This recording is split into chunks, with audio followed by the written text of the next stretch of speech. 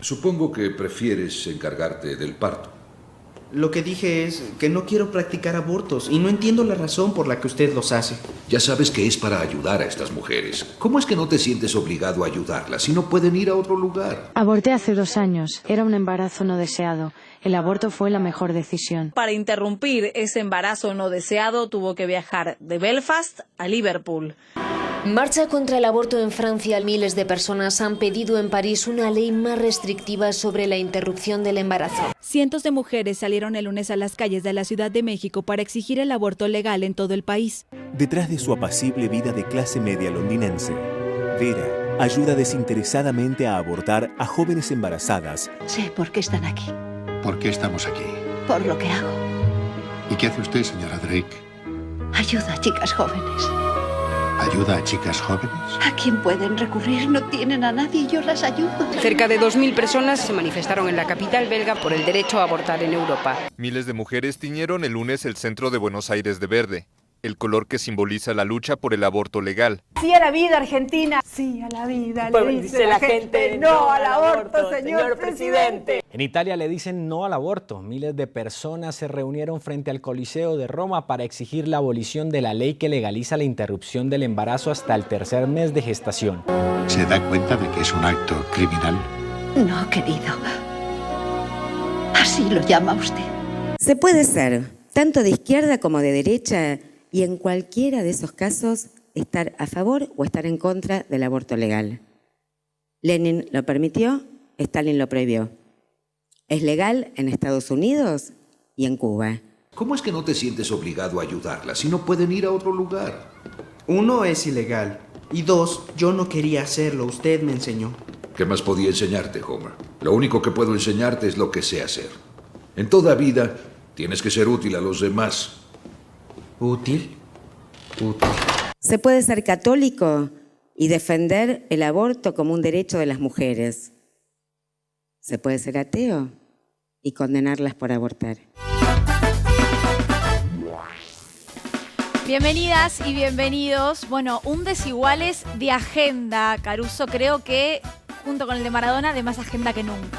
Hola Lucila, ¿cómo te va? Muy Buenas bien, noches. muy bien. ¿Por qué digo de agenda? Porque este jueves en el Congreso de la Nación, en la Cámara de Diputados, se va a votar a favor o en contra de 2 proyectos. Y quiero comenzar hablando de 2 proyectos. Uno de interrupción voluntaria del embarazo y el otro del proyecto de los 1000 días. Porque cuando hablamos de sacar de la clandestinidad algo que ocurre en la Argentina y en el mundo, como son los abortos, también hablamos de maternidades deseadas, de aquellas mujeres y personas gestantes que quieren tener un hijo o una hija, puedan hacerlo con un Estado presente.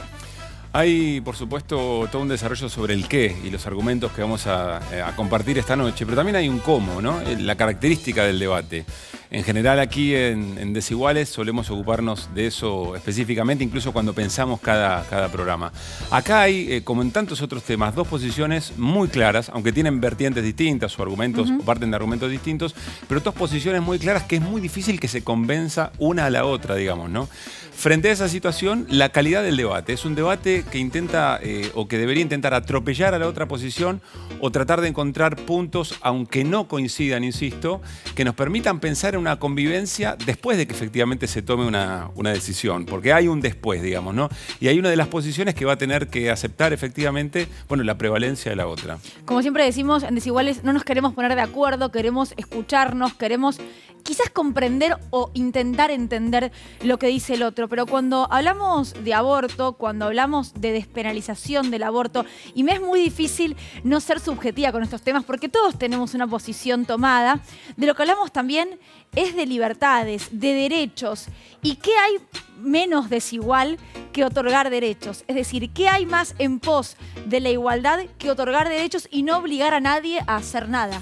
Recuerdo una de las primeras charlas que tuvimos con Darío Stanraiver, ahora lo vamos a presentar, y él decía, bueno, el rol del Estado, y cuando el Estado regula, necesariamente limita libertades, digamos. Eso también está muy implícito. Y después es el momento del debate. Se dan estos debates cuando efectivamente en la sociedad hay una madurez determinada para hacerlo. eso cae en una correlación de fuerzas, todo junto, todo al mismo tiempo. Nunca hay un momento ideal tampoco para estas decisiones. Lo que efectivamente termina decidiendo, por ejemplo, en un Congreso Nacional, ¿tiene que ver exactamente con esa situación del debate, con esa madurez, o hay otros elementos extra, en este caso, de la discusión por la interrupción voluntaria y el embarazo, que se ponen en juego y determinan? Bueno, eso también va a ser parte de nuestra discusión esta noche. Vamos a tener a dos invitadas. Está Mariana Carvajal, ella es periodista, especialista en género, y está Graciela Moya, ella es, voy a decirlo bien, doctora en medicina y especialista en genética, pero esto va a ser después de escuchar, como siempre hacemos, a nuestro compañero. ¿Qué dice Darío Stanraiver? ¿Cómo le va? ¿Cómo andan? ¿Cómo estás, Darío? Bienvenido también, ¿eh? Muy bien. Gracias. No hay tema más filosófico que el del aborto, un tema que a la filosofía le interesa mucho, que lo trabaja mucho, pero ¿saben qué? En este momento necesitamos menos filosofía y más política. Y quiero empezar por ahí, por una frase de un filósofo liberal que se llama John Rawls, que dice justamente esto: política, no metafísica. ¿Sí? ¿Esto qué significa? Que hay algunas cuestiones que tienen que ver con la vida pública, con el orden social, donde se vuelve más necesario llegar a acuerdos y no tanto definir formas metafísicas o filosóficas de nuestra concepción del mundo. No nos vamos a poner de acuerdo en relación a si la vida se origina, cuándo se origina, si son dos personas, si hay una persona. Hay una cantidad enorme de posturas metafísicas o filosóficas o religiosas puestas en juego. Luli decía antes que acá no nos queremos poner de acuerdo, y menos cuando todavía es necesario antes ponerse de acuerdo en lo que significa un acuerdo. Lejos estamos de eso, lejos estamos de poder acordar qué significa acordar. Imagínense en temas como estos tan grandilocuentes. Por eso la propuesta es menos metafísica, menos discusión acerca de estos grandes temas y más ponernos de acuerdo sobre los problemas puntuales que hoy acaecen en la sociedad. Y esta es la clave de una sociedad liberal. Y doy un argumento desde posturas bien liberales, la distinción entre lo privado y lo público. O sea, hoy hay una ley que no permite que cada uno, que cada familia de la puerta de la casa para adentro decida lo que quiere. Hoy no es posible eso, dado el modo en que el aborto está penalizado. Con la ley del aborto se va a posibilitar que cada familia pueda decidir por sí misma lo que quiera, que no es poco, es un montón para una sociedad que lo que busca es justamente ampliar derechos y libertades. Si sale la ley de aborto, cada ciudadano argentino, cada ciudadana argentina va a poder decidir lo que quiera. Y nadie va a obligar a nadie a abortar. Hoy, sin embargo, hay muchas mujeres que no pueden decidir por sí mismas. Es mucho más democrático, en algún sentido, que una ley de modo formal posibilite que de la puerta de la casa para adentro cada familia decida por sí misma. Y lo último que quiero decir, para después escuchar a las especialistas, es que no hay que olvidarse que además hay un problema mayor, que hoy la mujer en la Argentina es una ciudadana de segunda, porque no tiene derecho sobre su propio cuerpo. Y esto está buenísimo para pensar hasta qué punto detrás de la polémica sobre el aborto se juega una polémica mayor, que es el lugar en una sociedad patriarcal de la mujer y su posibilidad de emancipación. Más allá de los argumentos puntuales en relación al aborto, me parece que se está jugando otra cosa. Cómo detrás de esta discusión lo que se juega es cuál es el lugar de la mujer en una sociedad libre e igual. Gracias, Darío, querido. Bueno, varios puntos, digamos, ¿no? Me quedo con aquello de la política y los no acuerdos. ¿Qué hace la política con los no acuerdos? Cómo en una sociedad efectivamente se construyen y se toman algunas decisiones de este tipo. Pienso también, no para pelear ni polemizar con Darío, pero sí también que hay una enorme cantidad de cosas que efectivamente de la puerta para adentro están reguladas y no se pueden hacer, digamos. Y sobre muchas de ellas no tenemos una posición tan confrontativa o, si vos querés, tan puntual como el tema del aborto, ¿no? Otra pregunta que a mí se me ocurre es ¿qué hacemos ante realidades inevitables? ¿Qué hacemos ante lo que pasa? ¿Qué hacemos ante lo que pasa no ahora, a lo que pasa históricamente. Digo, el Estado tiene que intervenir. Acompáñennos, pueden tuitear con el hashtag Desiguales, así podemos también compartir sus ideas, sus pensamientos. Y ya comenzamos y presentamos formalmente ahora a nuestras invitadas, a Mariana Carvajal en primer lugar. Ella, como decía, es periodista, es escritora y es referente en temáticas de género.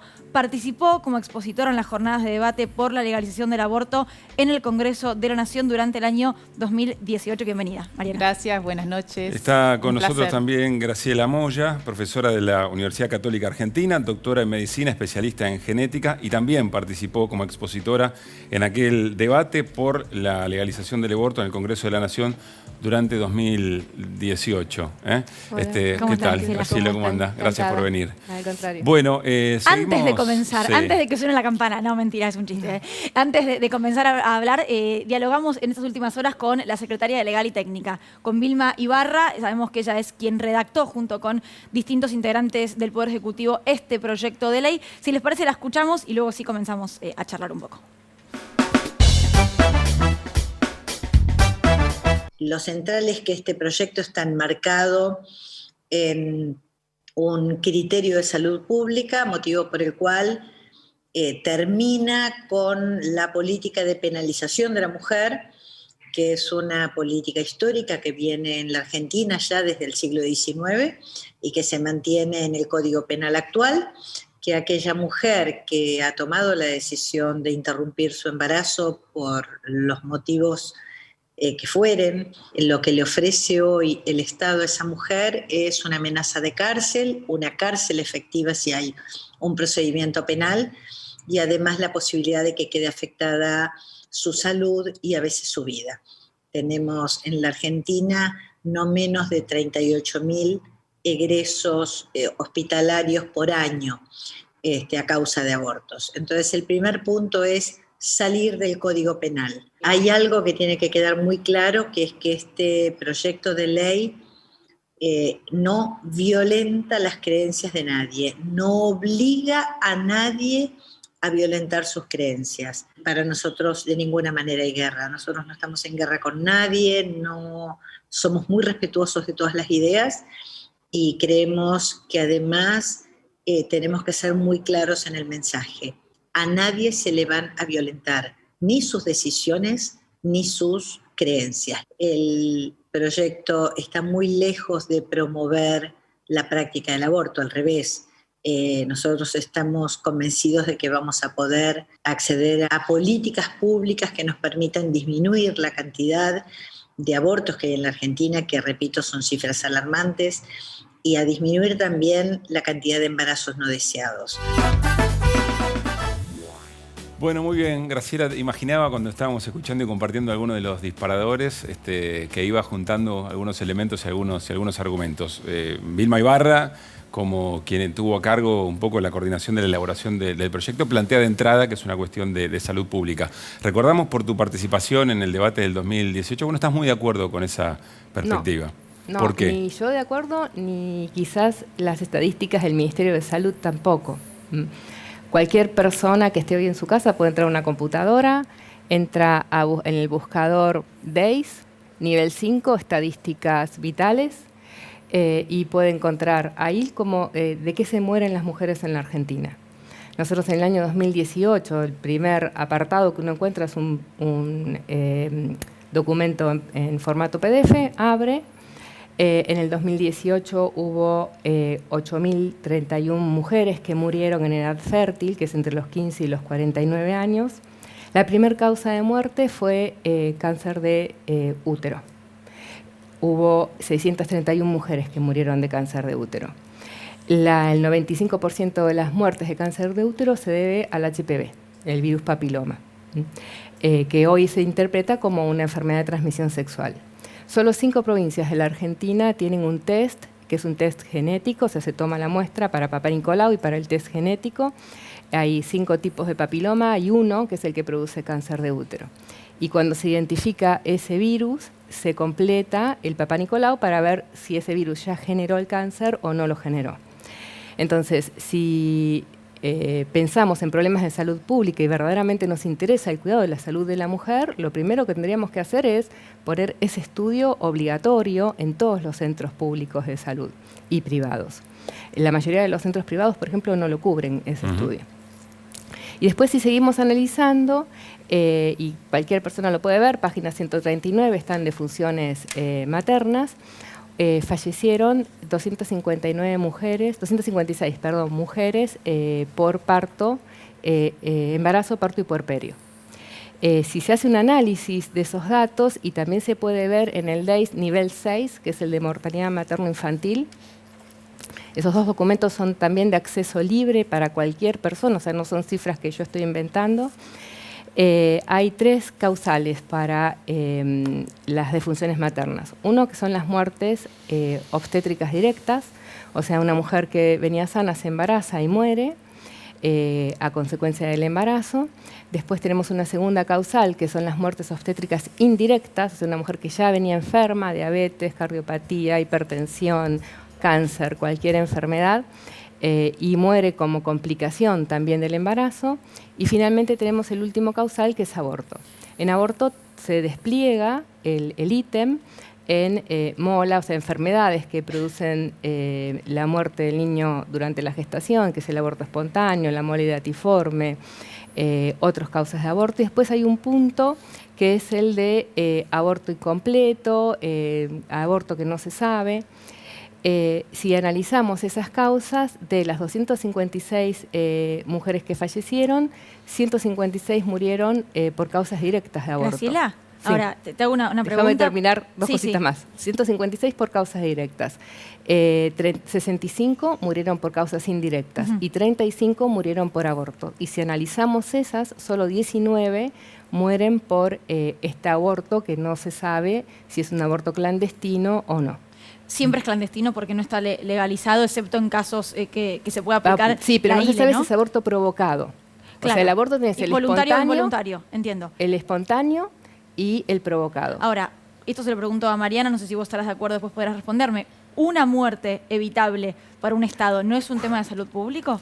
Mira, hace pocos días, a principios de noviembre, en Jesús María, provincia de Córdoba, murió una mujer.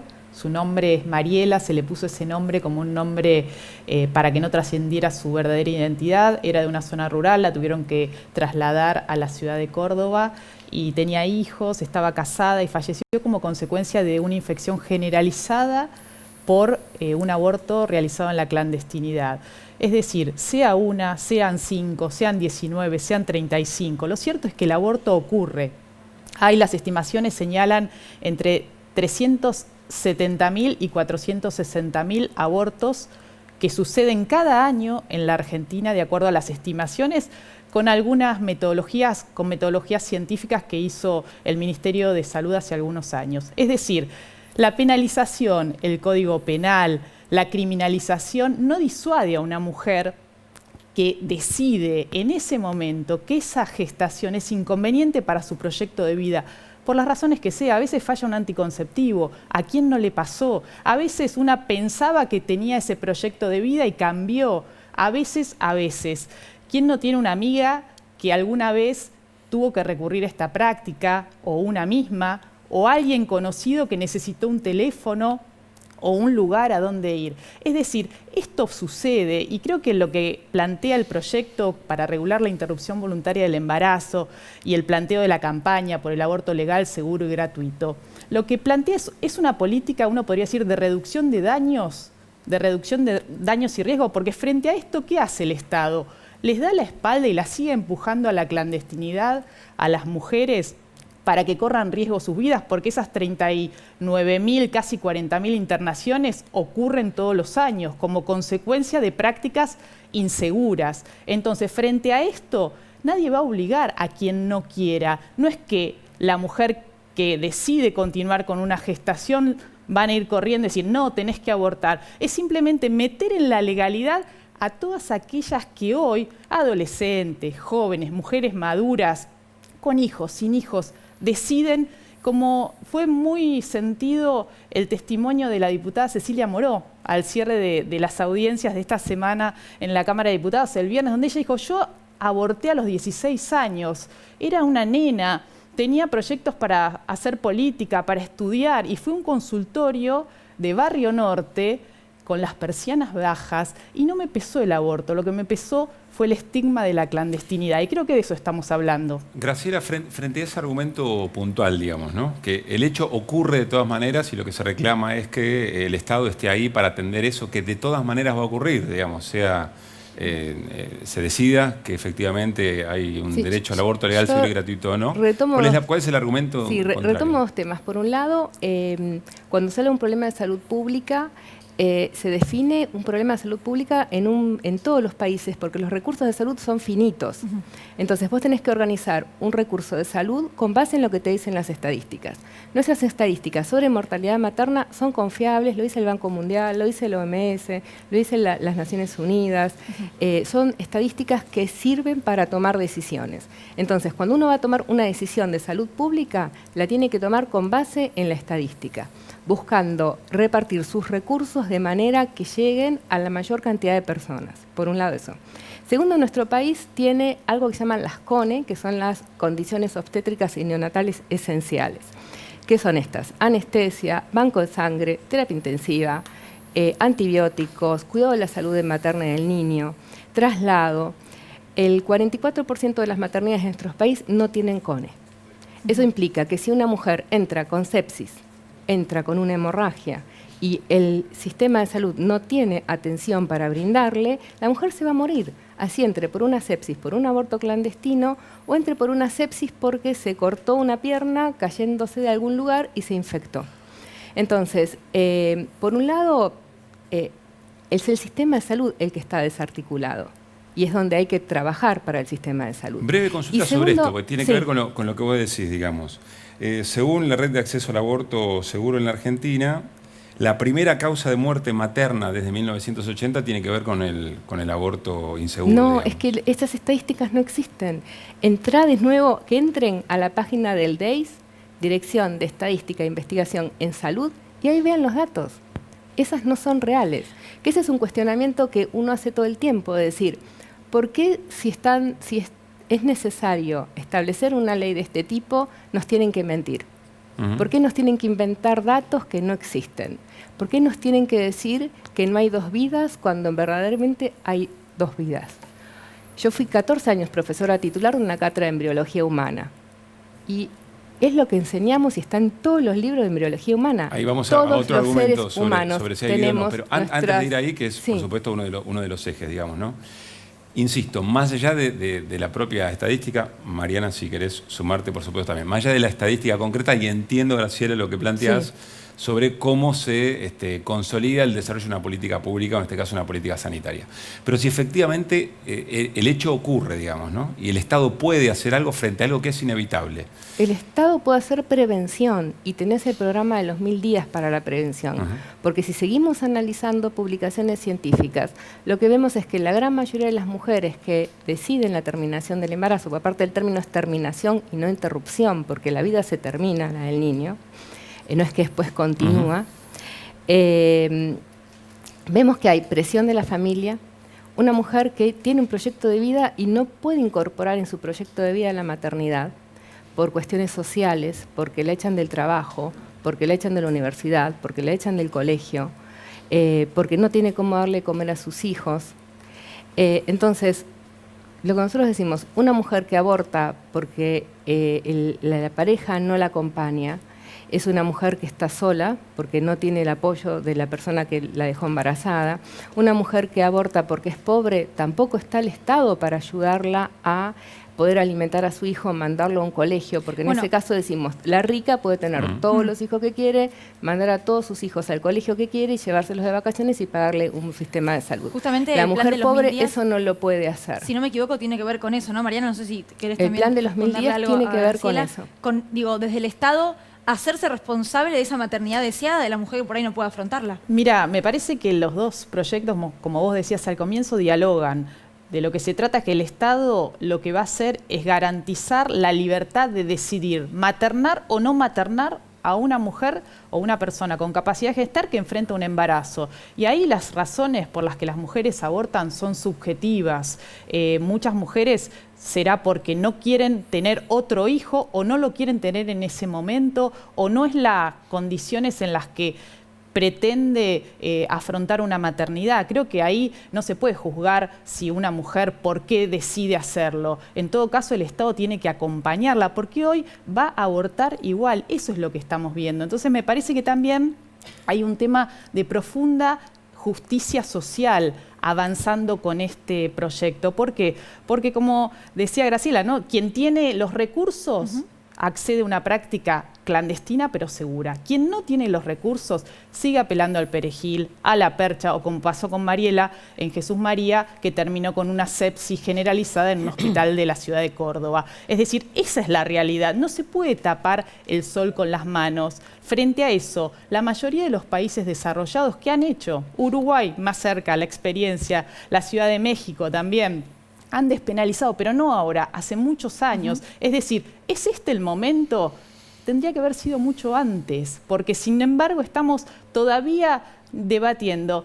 ¿Podemos, no podemos? Se hace, el aborto se hace. Bueno, justamente el debate nacional tiene que ver también con la religión, lo mencionábamos en un momento, tiene que ver con esta idea de la concepción humana y en el medio una mujer que elige. Veamos el siguiente informe. La tortura que significa obligar a alguien a gestar. Ni hablar cuando ese cuerpo es de una niña, ni hablar cuando el embarazo es producto de un incesto o de una violación. Cuando la mujer es tocada íntimamente y el acto más importante en la vida de ella, que es tener un hijo, que es concebir un hijo, yo digo que no lo concibe. Esa mujer no está concibiendo. Esta mujer ha sido atropellada, violada.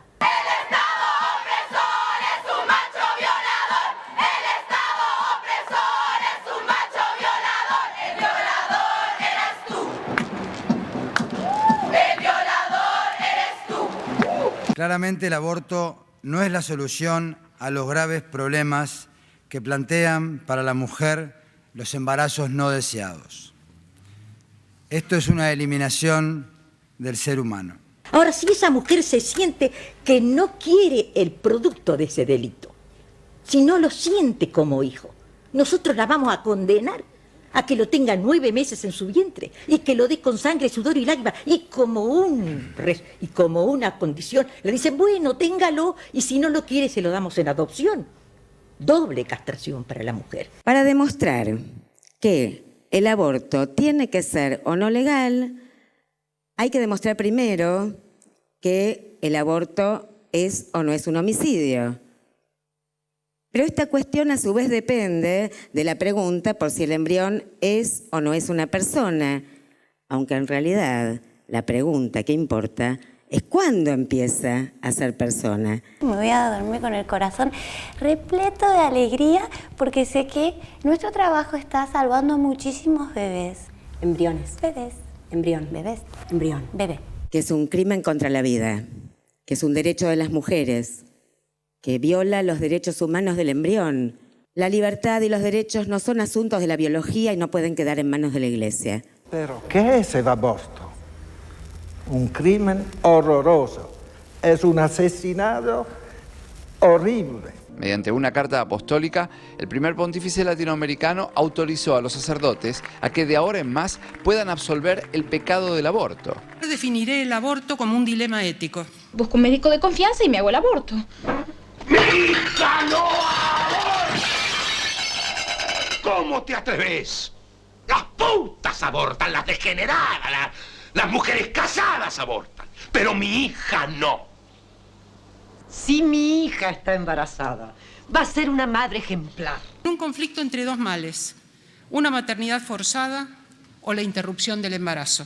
Por eso la decisión es de conciencia y debe tomarla la persona gestante. Cuando hablamos de derechos, cuando hablamos de libertades, en este caso hablamos de derechos y de libertades de las mujeres. Y lo decía Darío cuando hablaba al comienzo, somos ciudadanas de segunda. hoy.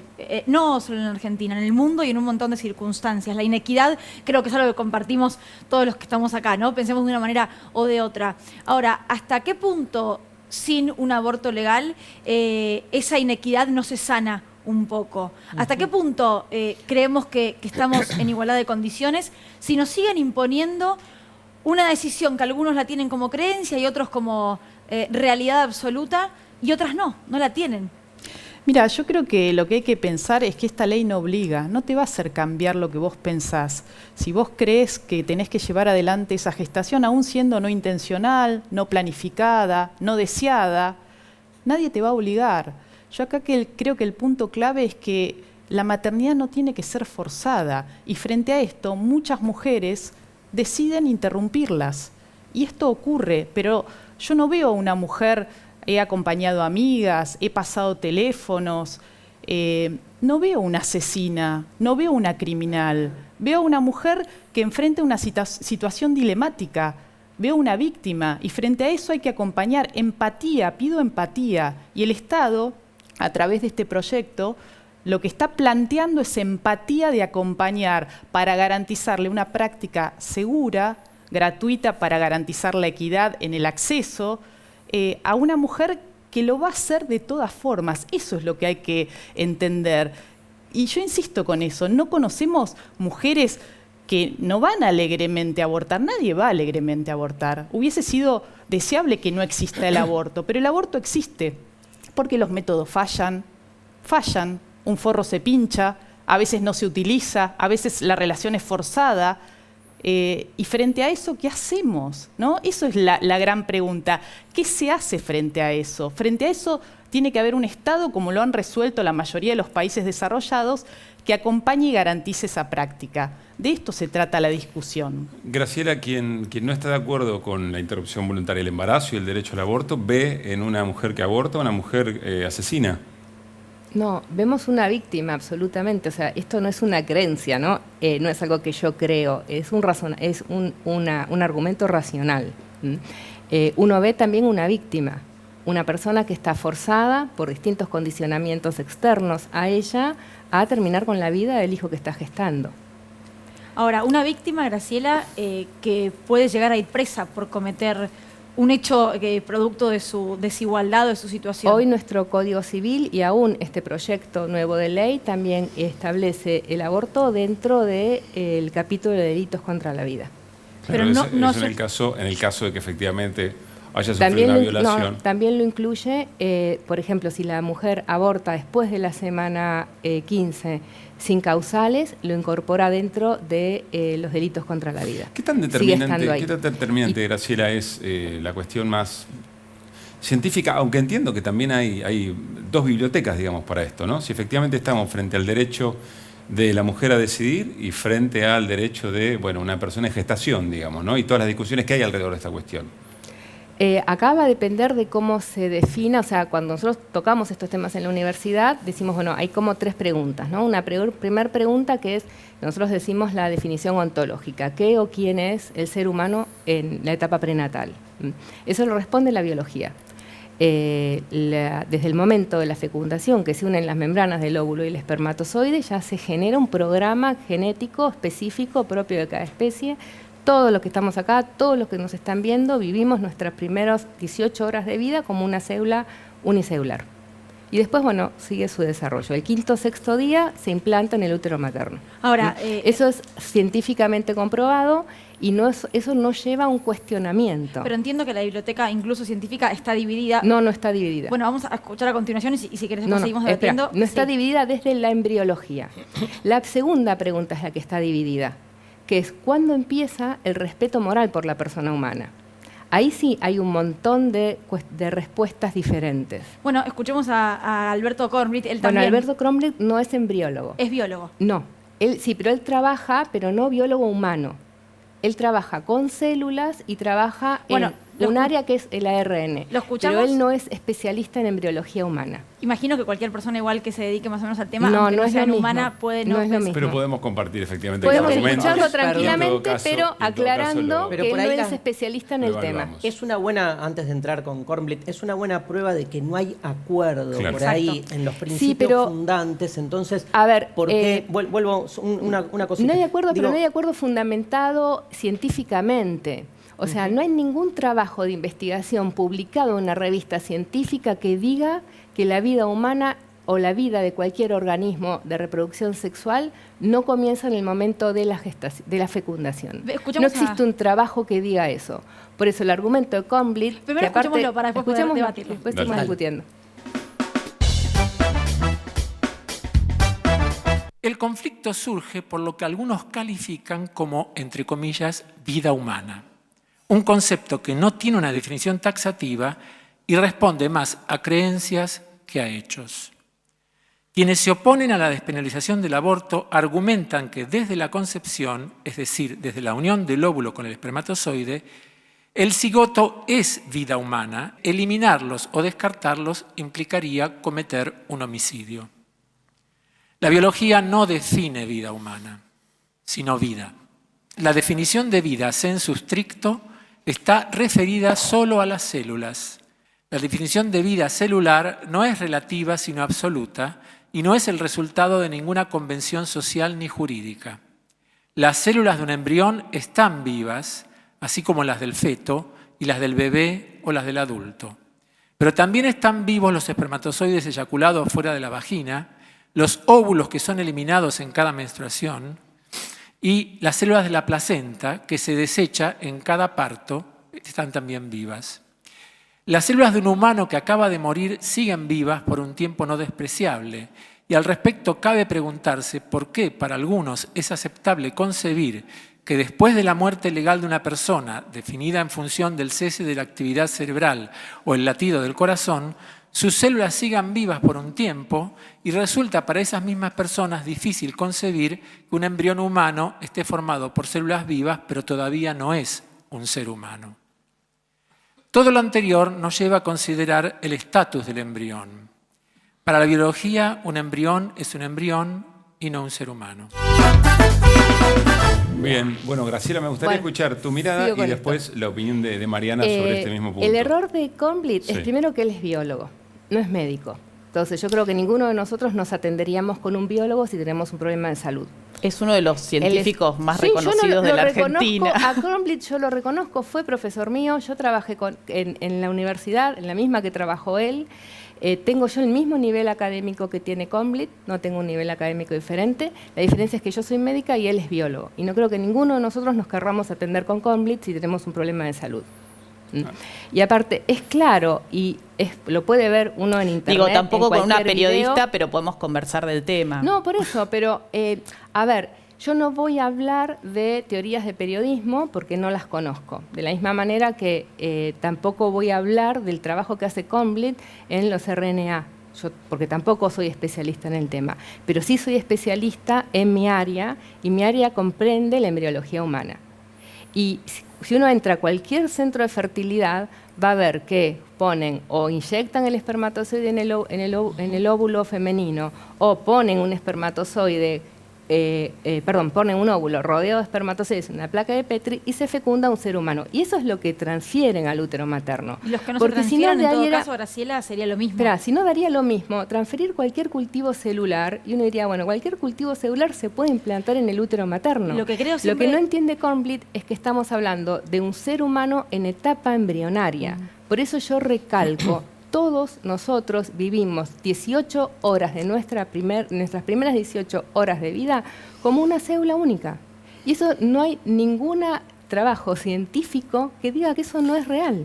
Tal Porque vez se el ve problema- todos los días en los centros de fertilidad. Por eso quiero la agregar discusión algo. no Tal es vez la el problema ontológica, es la cir- moral. Es circunscribir, puede ser, es circunscribir justamente el debate a un único plano, cuando la cuestión del aborto supone multiplicidad de variables en juego.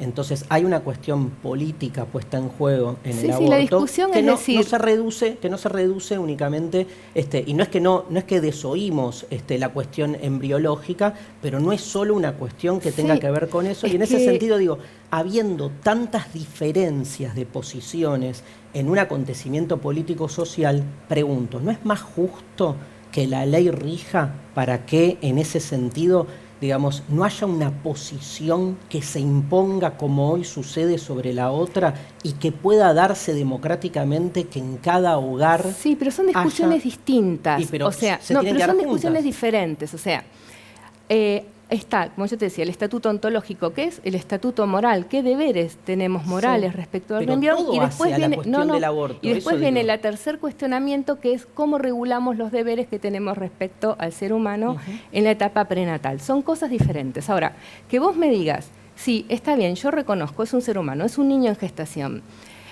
Nuestra normativa jurídica reconoce al niño en gestación desde el momento de la concepción y conoce persona, el Código Civil, desde el momento de la concepción.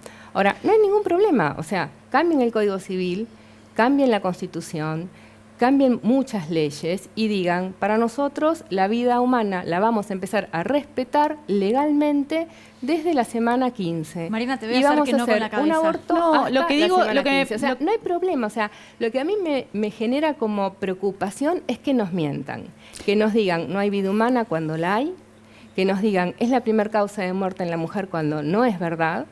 Ese es el problema. O sea, que a mí me digan, mira, la mujer elige libremente, vamos a ponernos en una sociedad liberal. Cada uno hace lo que quiere, no hay problema. Vamos a regular el aborto. No vamos a obligar a ningún médico a informar, ni porque en el proyecto nuevo todos los médicos tenemos obligación de informar cada vez que nos enfrentemos a una mujer embarazada que tiene la opción de terminar su embarazo. Graciela, a mí me parece interesante el punto que plantea Graciela en términos de, bueno, aceptemos esto y tengamos, vayamos a otros planos y que en otros planos se tome esa discusión, pero quiero escucharla a Mariana. Pero no con mentiras. La Corte Suprema ya en 2012 con el fallo FAL dijo que es constitucional el aborto en los causales que están previstas en el Código Penal. Sí. Entonces no está diciendo que esto es un homicidio, ni tampoco en el Código Penal tiene la misma pena la mujer que aborta que quien comete un homicidio. Es decir, ya desde antes está planteado que es constitucional y que incluso hubo una exposición muy interesante esta semana que pasó en la Cámara de Diputados del doctor Pedernera, que es el presidente del Comité de Seguimiento de la Convención Internacional de Derechos del Niño, donde planteó, bueno, la Convención protege los derechos cuando se nace. Antes de nacer no hay esa protección de derechos. Por eso está avalado la posibilidad, y es más, le han dado recomendaciones desde el Comité de Seguimiento de la Convención Internacional de Derechos del Niño a la Argentina, al Estado argentino, para que legisle y garantice prácticas de aborto seguro para adolescentes cuando lo demanden.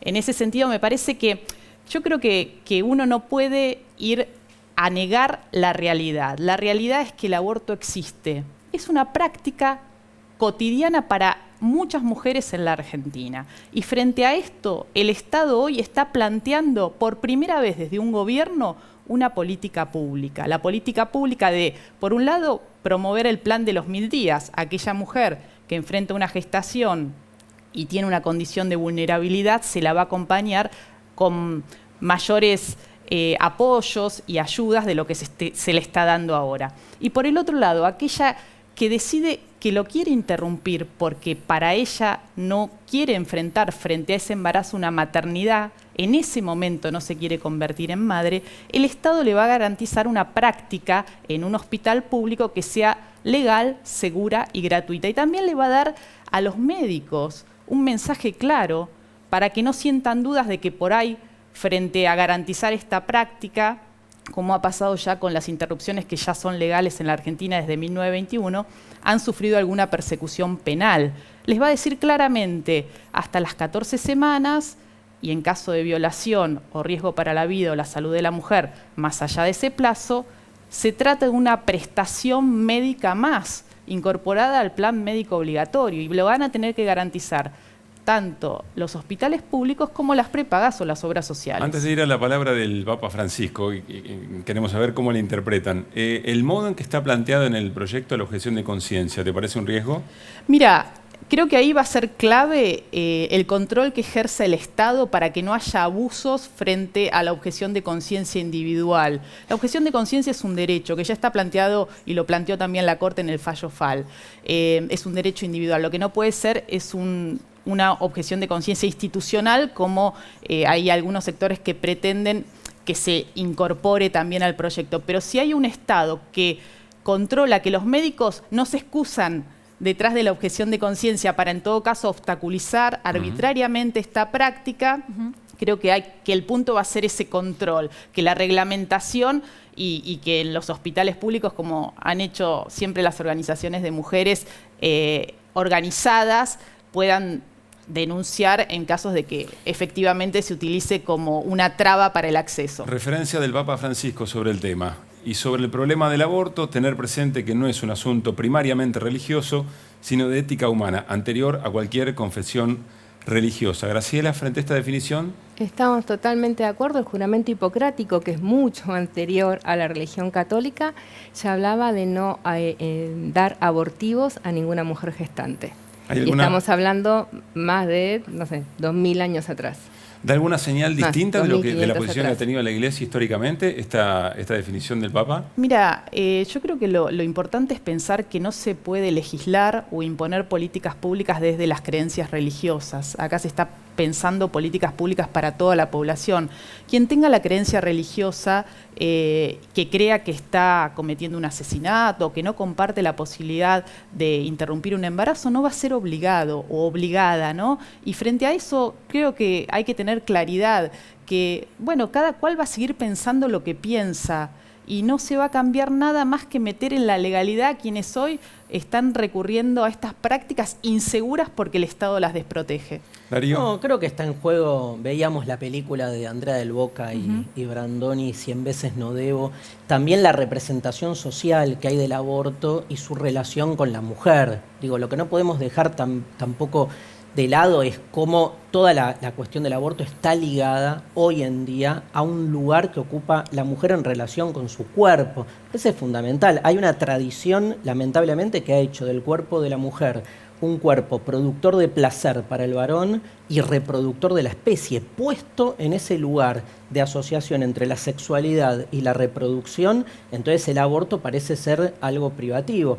Esto me parece fundamental, hay que deshacer eso y no deja de ser una forma política de emancipación de la mujer, que me parece que por eso los sectores más conservadores reaccionan contra eso. Entonces no es solo, yo hablaba recién cuando dialogábamos con Graciela, no es solo una cuestión ni embriológica, ni política, ni moral, ni feminista, es todo a la vez, ¿no? La problemática es esa y me parece como muy justo y serio abordarlo en todas las dimensiones. Pero yo creo que Graciela, voy a tratar de interpretar algo, Graciela, que vos planteás. Vos no estás negando lo que dice Darío. Efectivamente hay una enorme cantidad de dimensiones. Vos lo que decís es, bueno, en algunos puntos específicos, vos decís, bueno, que no se nos mienta. Respecto a la discusión, por ejemplo, si efectivamente un embrión o en ese momento, digamos, de la concepción, hay vida o no hay vida. No digamos algo que no es, pero discutamos, hagámonos cargo de las múltiples dimensiones que efectivamente esta discusión tiene. A mí me parece que es un punto interesante ese. Mira, decíamos, el ser humano comienza su vida como embrión y nosotros en la medicina dividimos las distintas edades de la vida del ser humano porque hay patologías diferentes. Pero también, entonces tenés embrión, feto. Pero un embrión no es una persona, Graciela. No, un ser humano es un ser humano en etapa embrionaria. Pero, persona es un concepto filosófico o legal. Ahora, entonces va a depender de la corriente filosófica o la corriente legal. Ahora, es un ser humano en etapa embrionaria.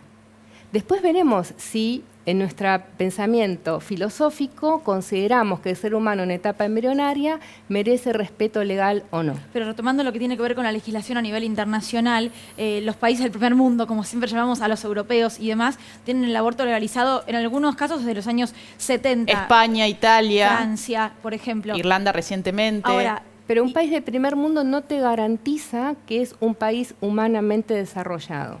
No te garantiza que respeta la vida, porque de hecho... ¿Y la estamos respetando hoy por hoy? La esclavitud. Eso es mi pregunta. ¿Hoy por hoy la estamos respetando? El holocausto también estaba establecido por países de primer mundo y de sociedades como de mayor poder respecto El de holocausto otras. fue un genocidio. Mira, Entonces, yo- no, ¿sabes qué el quería ser de primer retomar? mundo no te garantiza el respeto por la vida humana. Mariana. Yo quería retomar algo que decía Darío, porque los mismos sectores que hoy se oponen a avanzar en la ampliación del acceso al aborto fueron los mismos que cuando se implementó el Programa Nacional de Salud Sexual y Procreación Responsable, demandaron, hay una ONG que se llama Portal de Belén, que está en Córdoba, demandó al Estado contra la distribución gratuita de anticonceptivos. Decían falsamente que el DIU es abortivo, que la anticoncepción hormonal de emergencia, conocida como píldora del día después, también lo era, y presentaron recursos en la justicia. Los abogados del Estado tuvieron que litigar para garantizar que el reparto, o sea, vos lo podías comprar si tenías la plata, el anticonceptivo en la farmacia, pero lo que se oponían era que se repartiera gratuitamente, que el Estado le diera la posibilidad a las mujeres de decidir si querían tener o no querían tener sus hijos y en qué momento. A ver, después, cuando se estableció la Corte con el fallo FAL, exhortó a los gobiernos provinciales y al nacional a establecer protocolos de actuación para que no hubiera obstáculos arbitrarios en el acceso a la interrupción legal, la que está permitida desde 1921, cuando corre riesgo la vida o la salud de la mujer o en caso de violación. Portal de Belén volvió a presentar recurso de amparo contra el protocolo que había establecido la provincia de Córdoba. 7 años estuvieron las mujeres en Córdoba sin poder acceder a una ILE porque no estaba vigente el protocolo, interrumpido por esta presentación. Es decir, acá lo que está en juego no es tanto el aborto, son los mismos sectores que ahora se oponen, pero se oponían a que las mujeres tuvieran acceso a anticonceptivos gratuitamente o una interrupción legal. De lo que se trata es del goce, como dijo también Pino Solanas en esa reconocida intervención en el debate del 2018. El goce, porque lo que se está cuestionando es la posibilidad de que las mujeres tengan la posibilidad de gozar sexualmente sin estar atadas a una maternidad.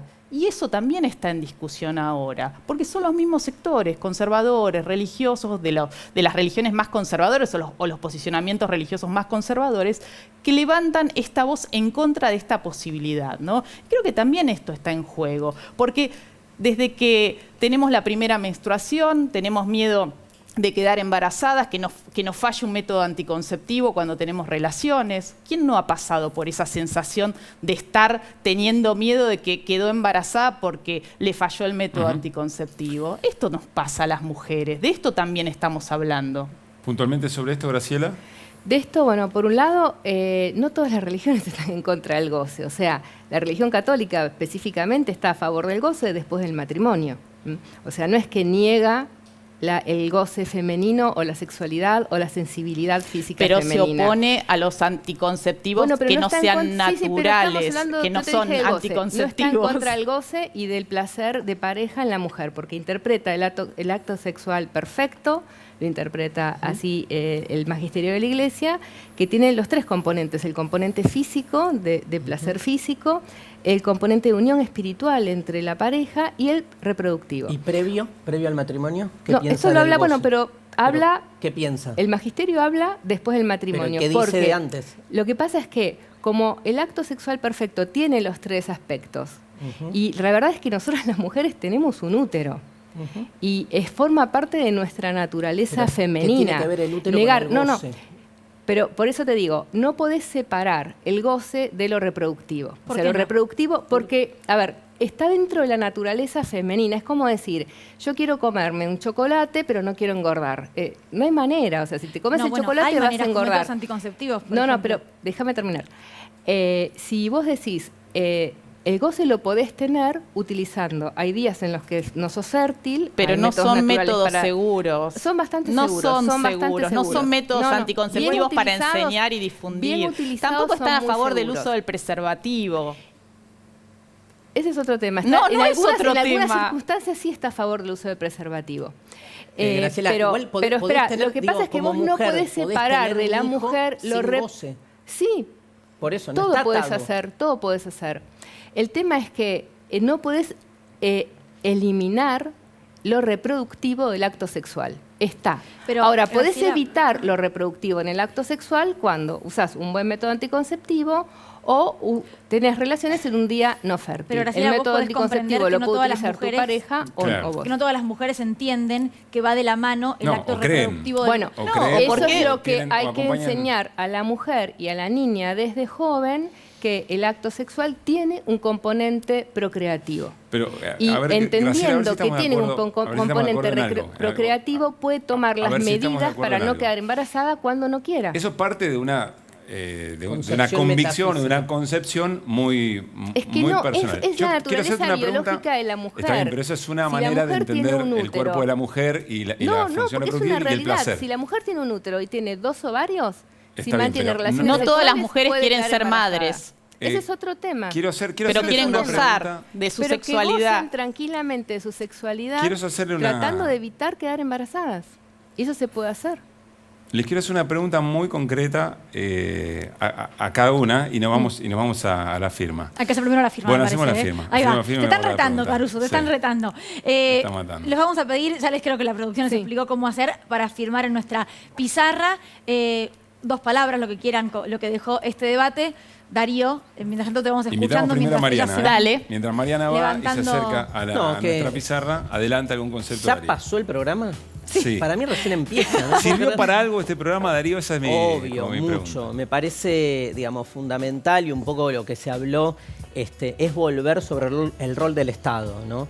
Creo que hoy el Estado no está legislando para toda la población y me parece fundamental con la salida de la ley que el Estado entonces amplíe ¿Legislen donde derechos. el otro O lado? sea, una vez que la ley se promulgue, como bien dijimos acá, nadie va a obligar a nadie a que aborte.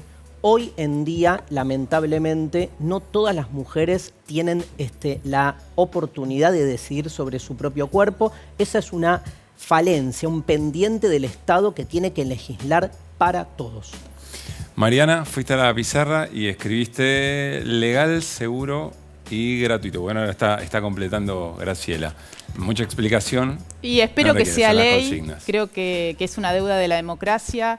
Desde la recuperación democrática, más de 3.000 mujeres perdieron la vida como consecuencia de abortos inseguros.